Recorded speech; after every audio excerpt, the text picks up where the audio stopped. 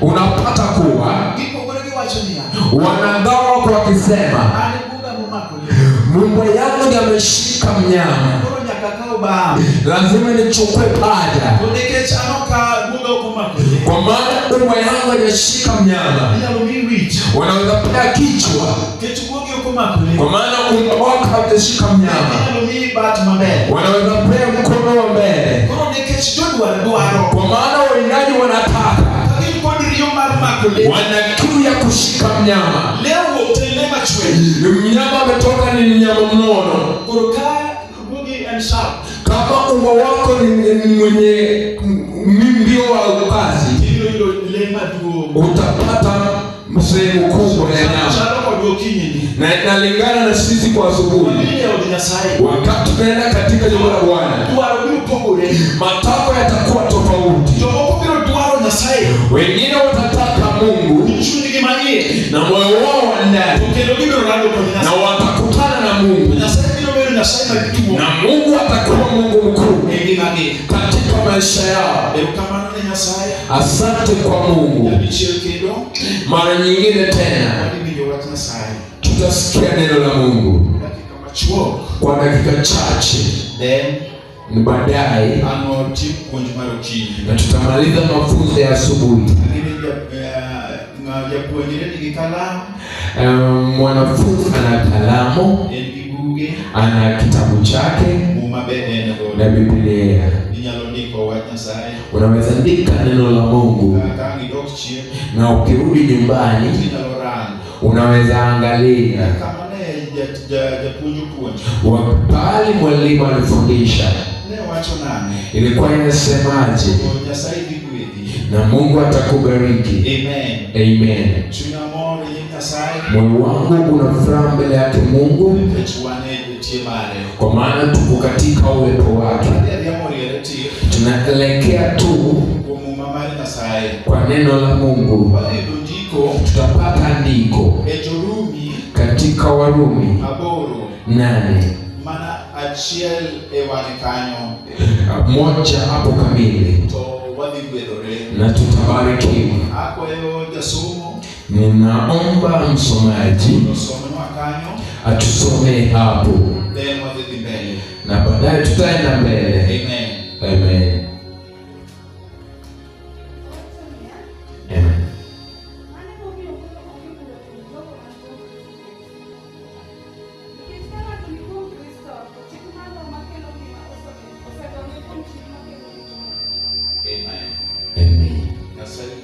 Mungu akubariki. Biblia yasema kuwa kwa maana hakuna hukumu, kwa maana kwa wale ambao wanatumainia Yesu. Kama wanataka kile ambacho wanataka kuhukumia hawapati. Na hapo ni neno la Mungu hapo. Mlokole ambaye amejazwa na Roho Mtakatifu wanaweza mtafuta. Hakuna chochote ambacho wanaweza pata ili kumhukumu, kwa maana neno la Mungu limemweka huru. Hakuna hukumu juu yake.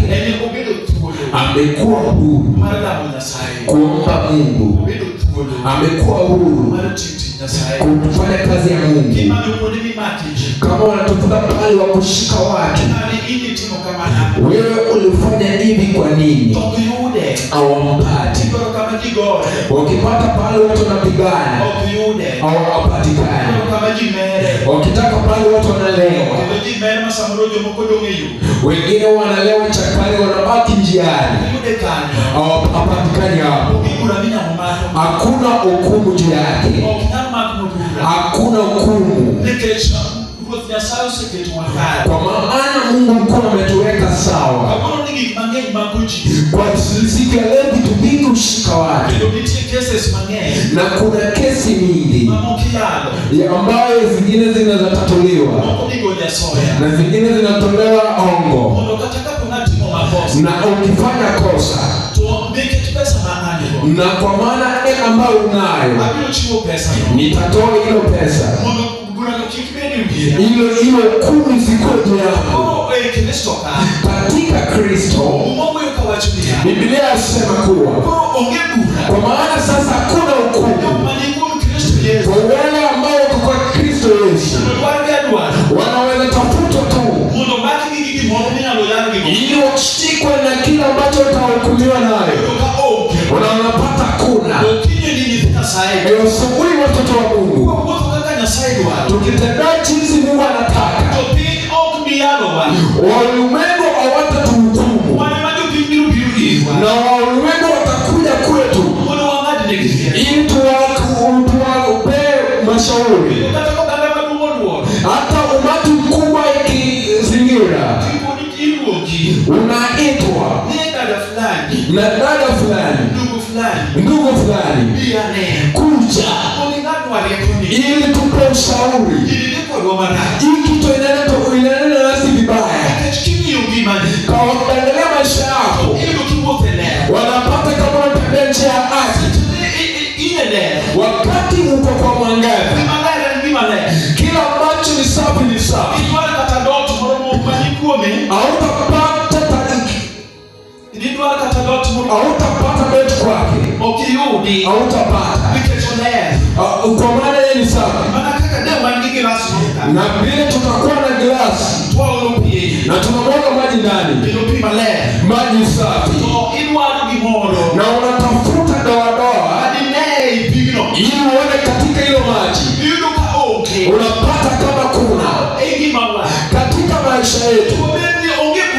Kwa maana sasa kuna hukumu ambayo anatuwekea, kwa maana tunatembea katika mwangaza, kwa maana tunatembea katika mwangaza.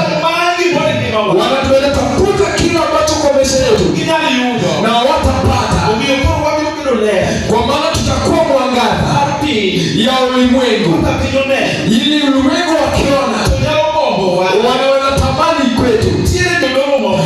Kuna wakwani wengine, kuna watoto wa Mungu wengine, kama kuna maneno magumu wamechunguza maisha yao, wamepata maisha yao ni sawa, unaweza patikana, unaitwa kuja utusaidie katika hili neno, ili hili neno likuwe sawa.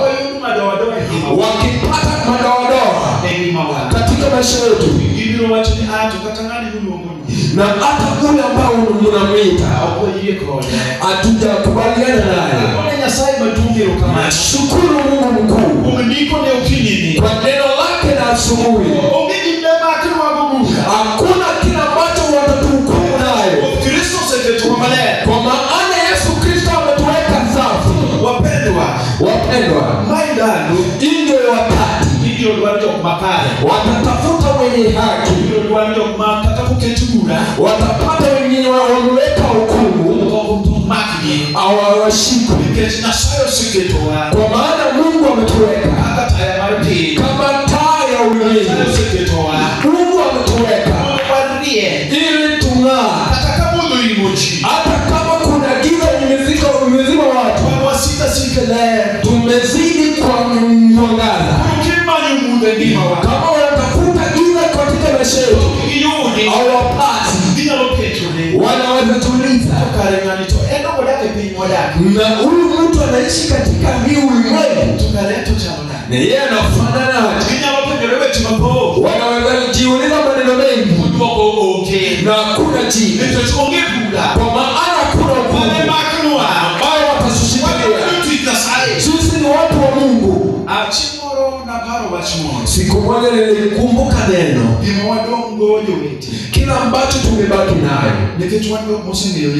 sisi ambao tumejua Yesu, tutoke nje tupate mwenye watii neno la Mungu, yule ambacho neno la Mungu,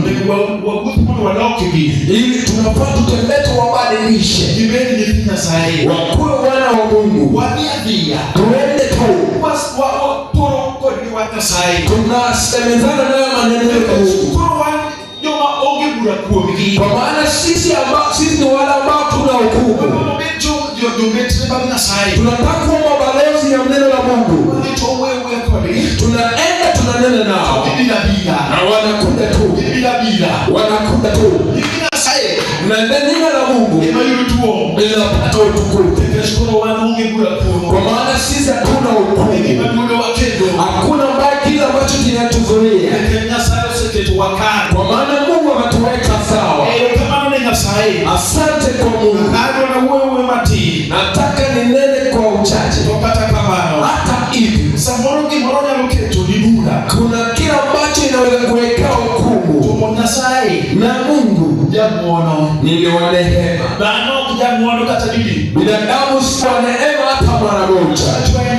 Mungu ni Mungu wa neema, na neema ya Mungu ndio maana sisi bado tupo.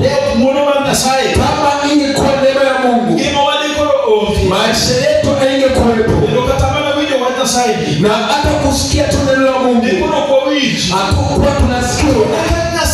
Na kwa maana ni Mungu, Biblia inasema kuwa kwa maana Mungu alipenda ulimwengu alitoa mwanawe wa kipekee, na yule ambaye atamwamini asipotee na uzima wa milele. Nimekwama kwa hiyo neno tu, na kwa maisha yangu yote nina furaha mbele yake Mungu. Nikisikia kama niko katika uwepo wa Mungu, nasema nafanya dumu hapo. Mungu mkuu atubariki sisi sote kwa jina la Yesu Kristo. Amen. Amen. Mbarikiwe. Hallelujah.